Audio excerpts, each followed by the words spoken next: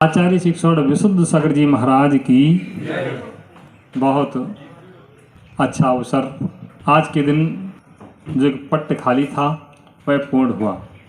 आचार्य विशुद्ध सागर जी इस युग के महान संत हैं, महान साधक हैं, अध्यात्म योगी है। अध्यात्म के क्षेत्र में उन्होंने जो उन्नति प्राप्त की है वास्तव में वह अनुकरणीय है।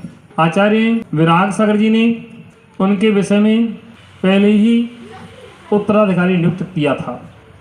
आज से लगभग 6 साल पूर्व 2019 में सम्मेद शिखर में हम लोग थे तो आचार्य विराग सागर जी के पास बैठे थे।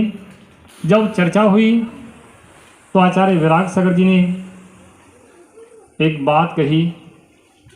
आचार्य सन्मत सागर जी के विषय में चर्चा चल रही थी, समाधि के विषय में। चूँकि आचार्य सन्मत सागर जी की समाधि के समय हम वहाँ मौजूद थे तो सारी चर्चा चल रही थी। तब इन्होंने सहज ही कहा कि देखो कि हमने तो अपना उत्तराधिकारी नियुक्त कर दिया। तो मैंने कहा किसको? कि आचार्य विशुद्ध सागर को। 2019 में ही उन्होंने अपने आचार्य पद के लिए उत्तराधिकारी नियुक्त कर दिया आचार्य विशुद्ध सागर को। ऐसा उन्होंने 2019 में कहा था। हम बैठे थे कमरे में, अकेले में थे हम और आचार्य विराग सागर जी। आचार्यों की ये परंपरा वास्तव में अनुकरणीय है। आचार्य विराग सागर जी ने बड़ी बड़ी महान शिष्यों को उत्पन्न किया।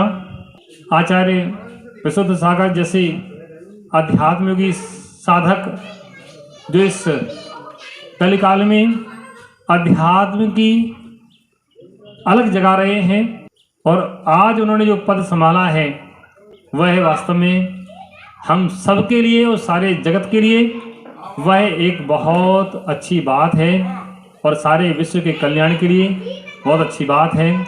आचार्य विराग सागर जी के चरणों में, आचार्य विशुद्ध सागर जी के चरणों में एवं समस्त आचार्य वृंदों के चरणों में मैं नमस्ते करते हुए यही भावना भाता हूँ कि आचार्य विराग सागर जी का यह पद आचार्य विशुद्ध सागर जी ने संभाला है वह इस पद से सारे विश्व में एक ख्याति फैलाएंगे जिन शासन की, और संघ को भी अच्छे से संचालित करने की क्षमता उन्होंने है और संघ को अच्छे संचालित करेंगे।